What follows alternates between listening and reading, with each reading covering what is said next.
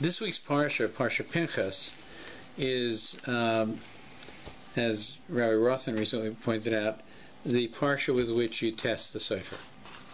So if you're going to buy a used Torah, right, and you want to know what shape it's in, this is the Parsha you examine first. Really? Yeah. So you're wondering why. Yeah, so yes. If you look at Parsha Pinchas, you'll see it describes all of the major sacrifices connected to the holidays. So when it comes time for Sukkot, and you read whatever parshas are associated with the week or with Sukkot, you'll always read the Maftir from Parsha Pinchas that describes the Sukkot offering. Same thing with Pesach, same thing with Rosh Hashanah, same thing with Rosh Chodesh, right? Mm. So at every major holiday and event in the Jewish year, you come back to a maftir from Parsha Pinchas, right? So it's read over and over. So if Parsha Pinchas is in good shape, it's not worn out, the letters aren't broken, it means that there's a very good chance the other parshas, which were only read once a year, maybe some, like could be a few read twice a year, but those parshas are probably going to be in better shape than Pinchas is. So when people want to take a quick look and see what does this look like, they say, let's look at Parsha Pinchas. Right? Wow. Cool. Parsha Pinchas is named after the Kohen, somebody who became Kohen, right? He was born and really didn't have a position either as a Levite or as a Kohen because of his birth order. And we know that he was involved with the death of the head of the tribe of Shimon and the Midianite woman, Zimri and Cosby, and that he killed them in a moment of zealotry, and that he was awarded with the role of Kohen. He became the Kohen of battle, right? And he was the leader of Klal Yisrael for many, many generations, along with others, Joshua, of course, right? But after he died, to give you a sense of how long he was around, it seems that he was replaced by Devorah, the prophet. Huh. Many, many years after the nation had settled. She became the judge who was the leader after Pinchas. So Pinchas played a very big role, but that's not what I wanted to talk about tonight. I can say one thing that you might find interesting that I learned about King Pinchas. Okay, God makes Moses is a Levite, and Aaron is the first Cohen. Right. Now it says in the Torah that Aaron and his sons, right, and their grandsons will all be Cohens. And his sons. His sons. Right. But it's interesting, at the time when Pinchas is born, because he's the grandson of a son, right? He was born at the time before the son had his son.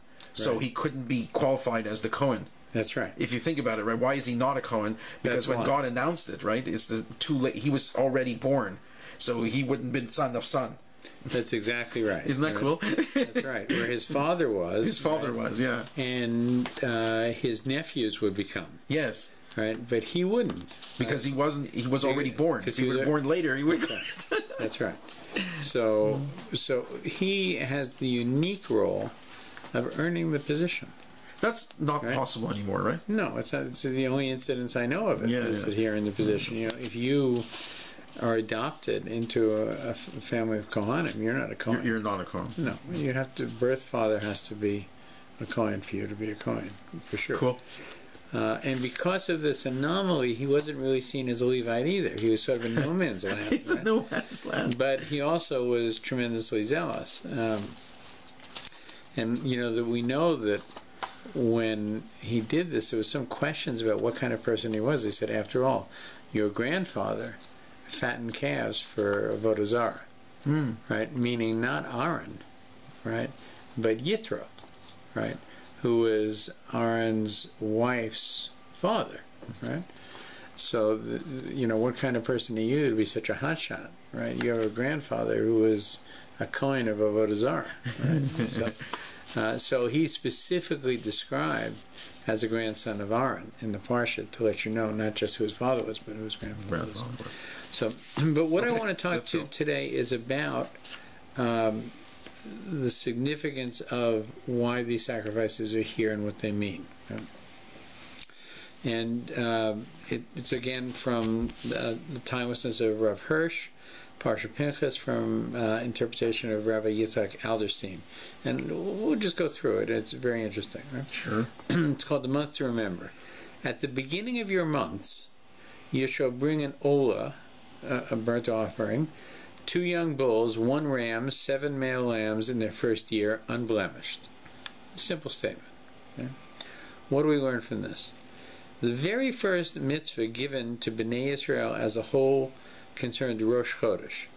We've talked about this before, that when they left Egypt, the first mitzvah given to the nation, not to Avraham or to Yitzchak or Yaakov or to Shvatim, but to the whole nation as a group, right, was the mitzvah of Rosh Chodesh. And we know that, as Rav Shokot likes to point out, that what is the significance of Rosh Chodesh? It's the control of time itself. That God gave the Jews the control of time. Right? Because if you decide when the month begins, you also decide when the holiday comes. If something comes on the 15th of Nisan, when is the 1st of Nisan determines when the 15th is, right? So if that's going to be determined by the Sanhedrin and by witnesses, this was given a Rosh Chodesh. And it's symbolic of something that's very important, that in people's lives, they make and lose great deals of money. They have tragedies, they have victories, they have all kinds of things. Most things, and certainly all material things, have the potential to be recovered. You know, if someone steals your Rolls Royce, right, it may be a very difficult process, but eventually, you know, the insurance will pay for it. You'll get another Rolls Royce. It's not the same one. You may feel more connected to the old Rolls Royce, but you'll get it, right? But if you lose 30 seconds, you can never recover it, right? There's an idea that if you miss a Shemona Esrei, can you make it up? There is a way to make it up. We won't go into the details here. This is not the place for it. But it's not really making it up. It's doing what's required to fulfill a duty. But how can you make up something that's been lost? When you should have said that Shemona Esrei, when one should have said that Shemona Esrei, the universe was completely different than it is 2 hours later when you're making it up. You're completely different. Biologically, you're even different. Your epidermis, your skin is different. Your blood is different. Everything has changed. Now you're going to do the Shemona Esrei.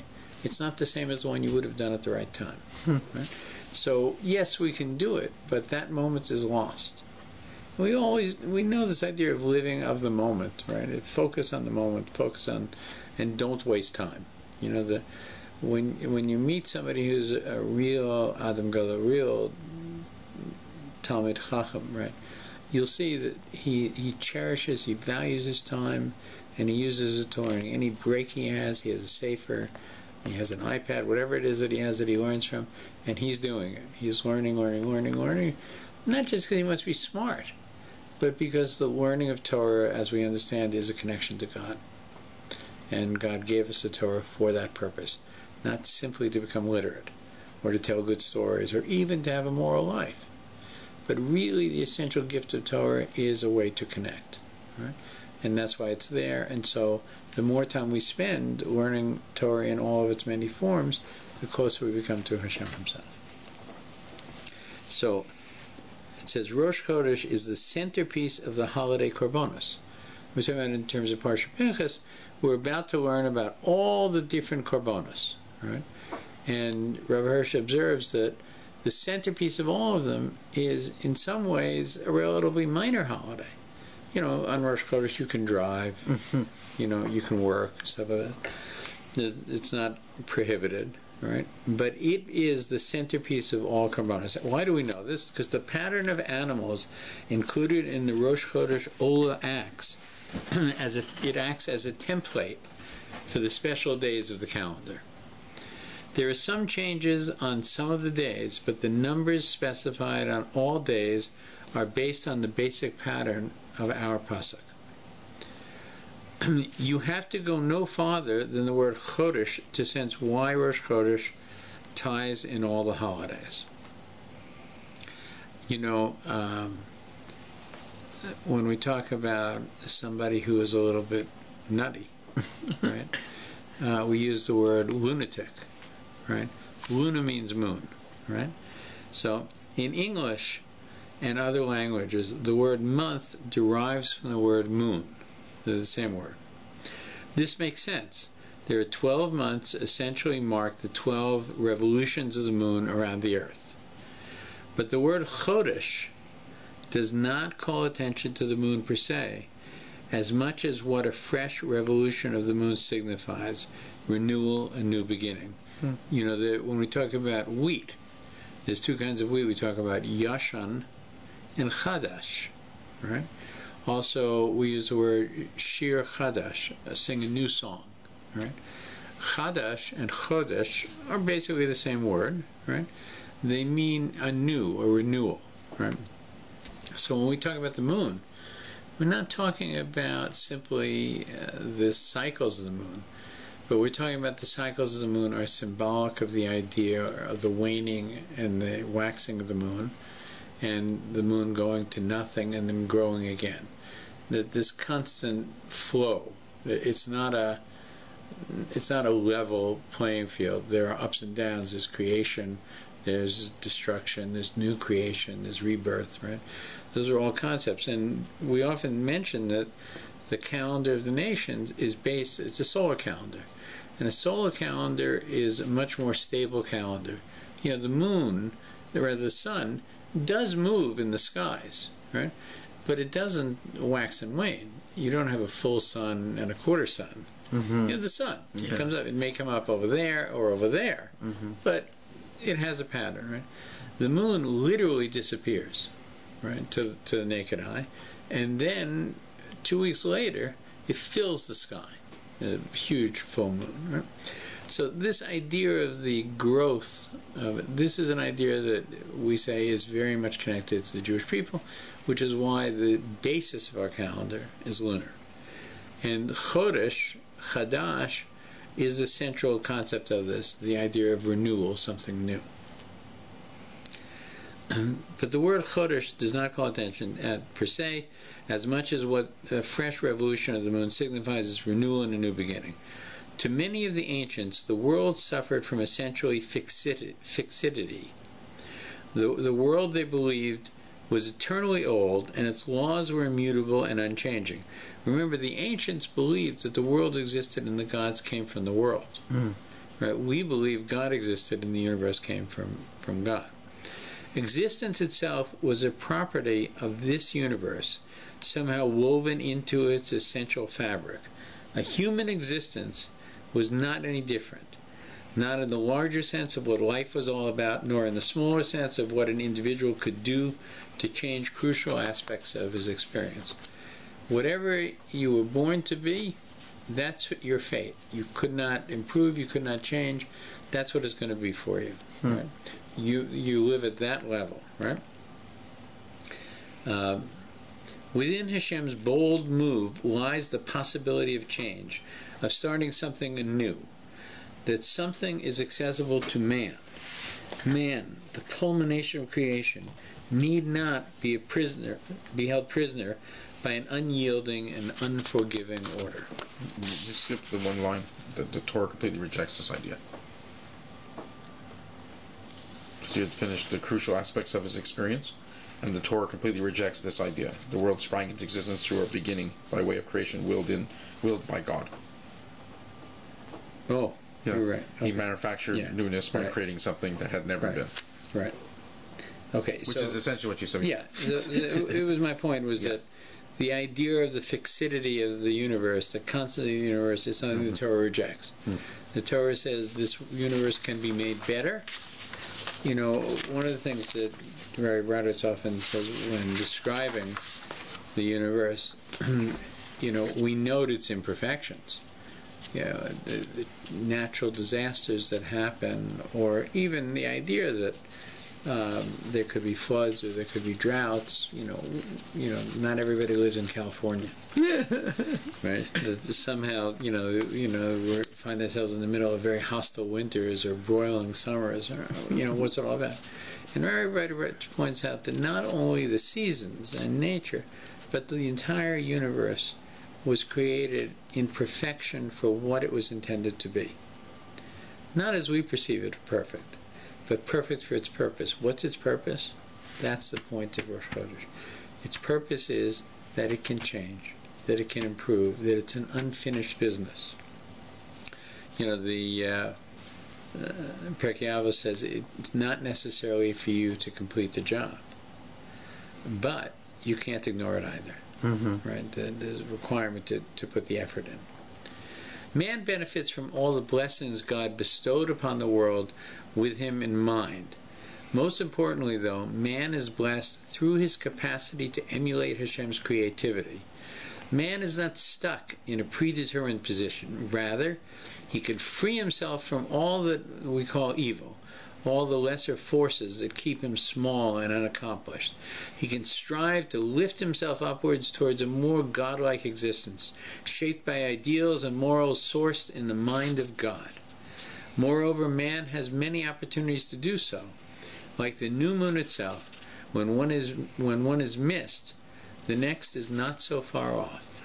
Right? It's our life. Sometimes we don't make the most of time, but there's going to be another opportunity.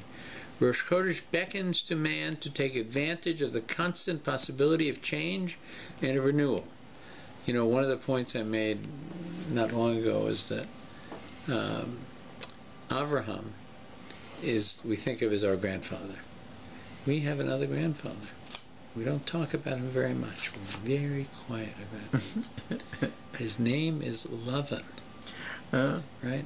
Remember, he was a parent of Rivka, of Sarah, at different levels, right, of it. But our blood runs with the blood of Lavan, not just Abraham. What's the benefit of that? Lavan seems to be a fairly evil character. What Lavan's character was, and it's something every Jew should cherish, that we have this quality in ourselves. Lavan was a trickster. He was like, what is the animal called that can change its color? A chameleon. He was like a chameleon.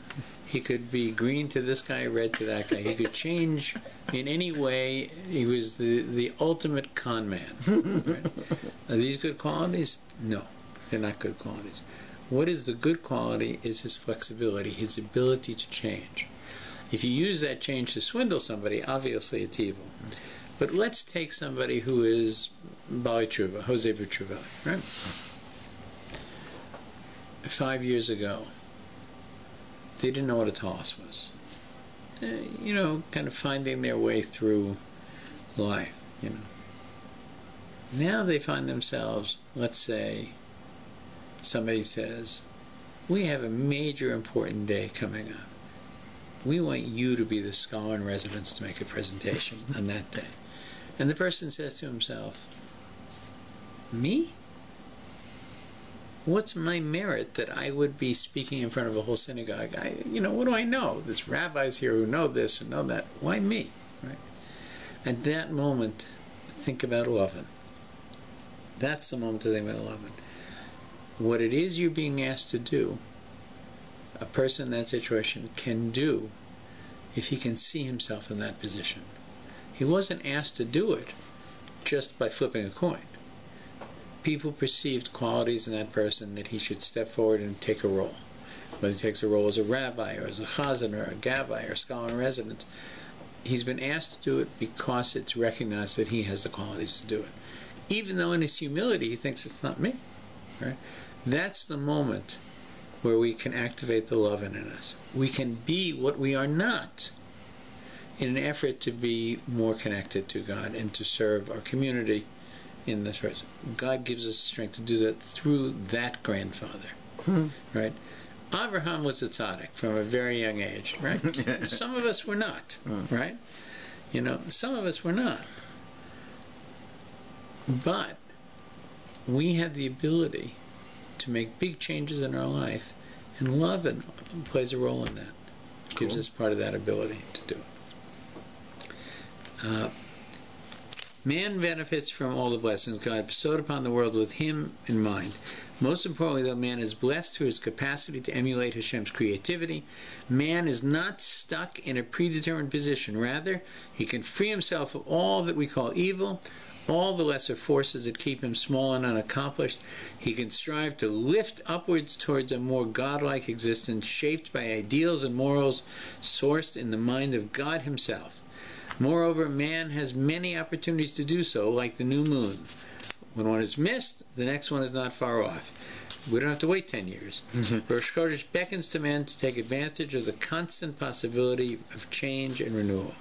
Each month, the Ola of Rosh Chodesh reminds us of the form that our striving higher should take. 3 numbers figure into the Ola formula and 3 different types of animal.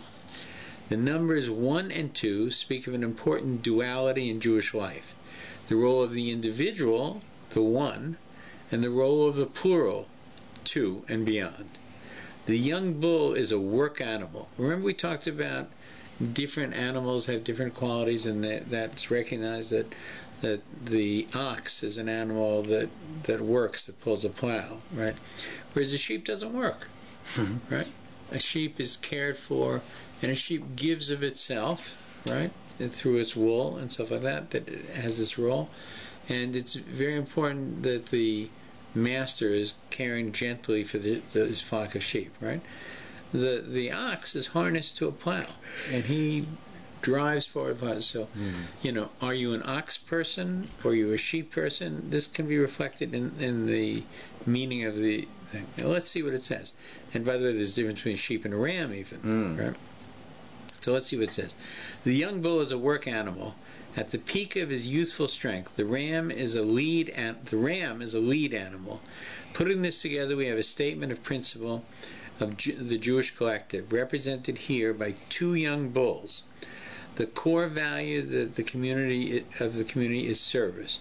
The Jewish nation is made strong by a willingness of all its members to work, to toil with youthful energy and determination, to serve Hashem's interests and goals.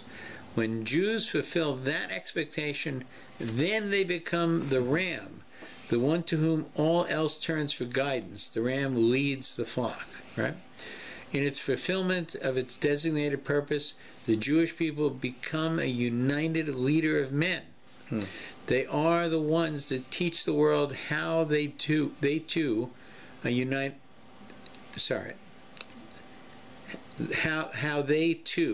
should participate in the God-given mandate for mankind. Elevation to serving Hashem alone. When this happens, all of human history becomes nothing more than 7 sheep. Sheep are followers, trusting in a leader for direction and guidance. 7 is the presence of the invisible one, as the point of reference for the tangible, visible 6.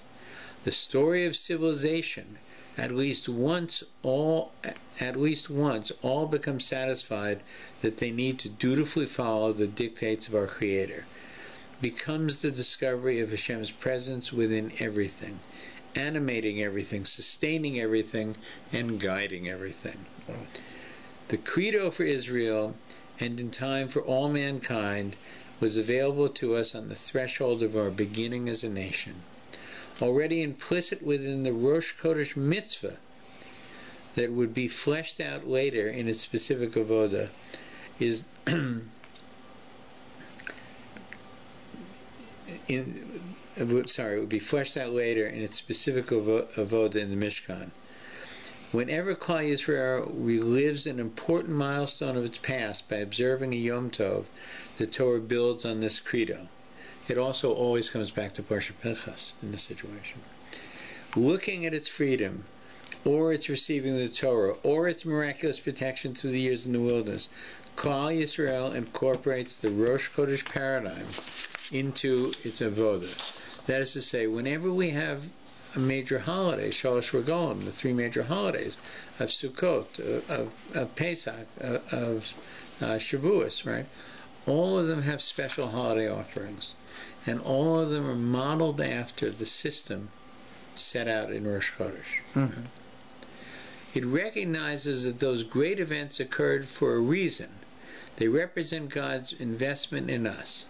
The return on that investment is living by the ethos of these korbanos and becoming a living example of what they symbolically express. And what do they express?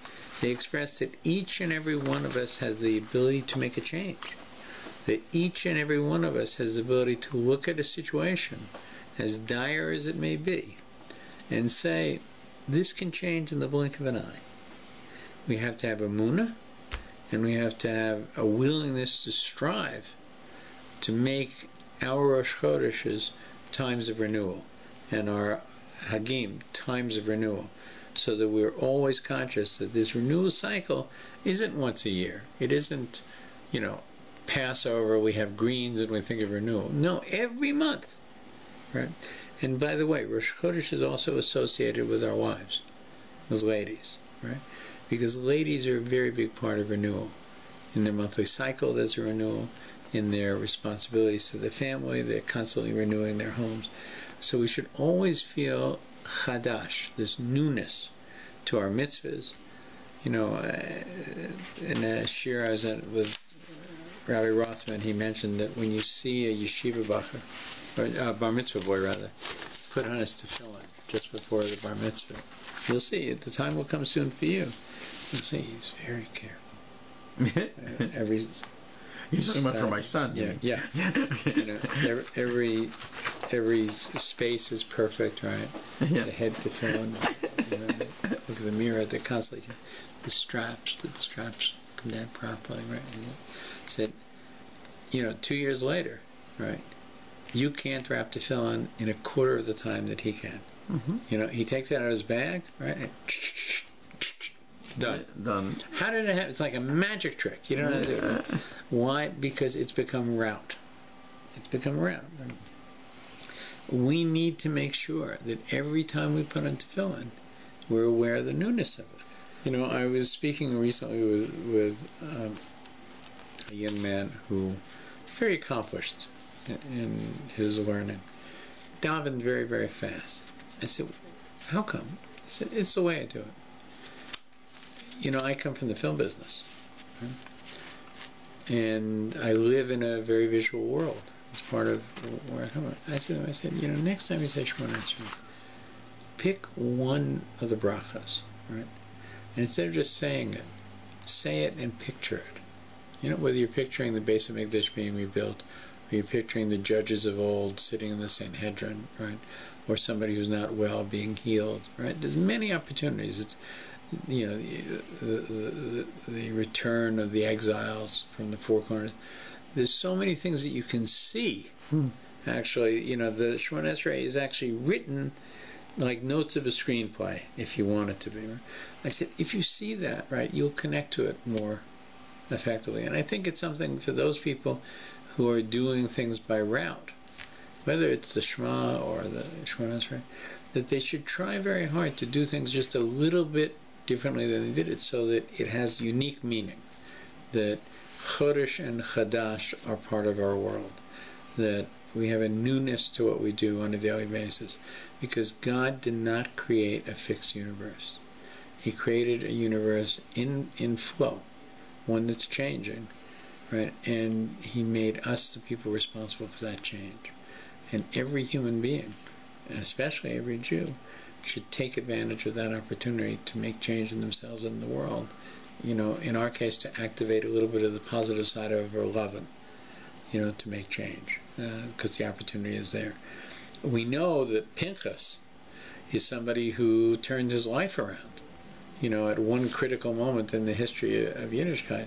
So maybe they're all connected, these ideas of, saying you can change your life, you can make the changes, you can make things Rosh Chodesh, make them Chadash, and it would be a pity not to. So I leave you with those thoughts and wish everybody they should have a good Shabbos, a Shabbos of positive change.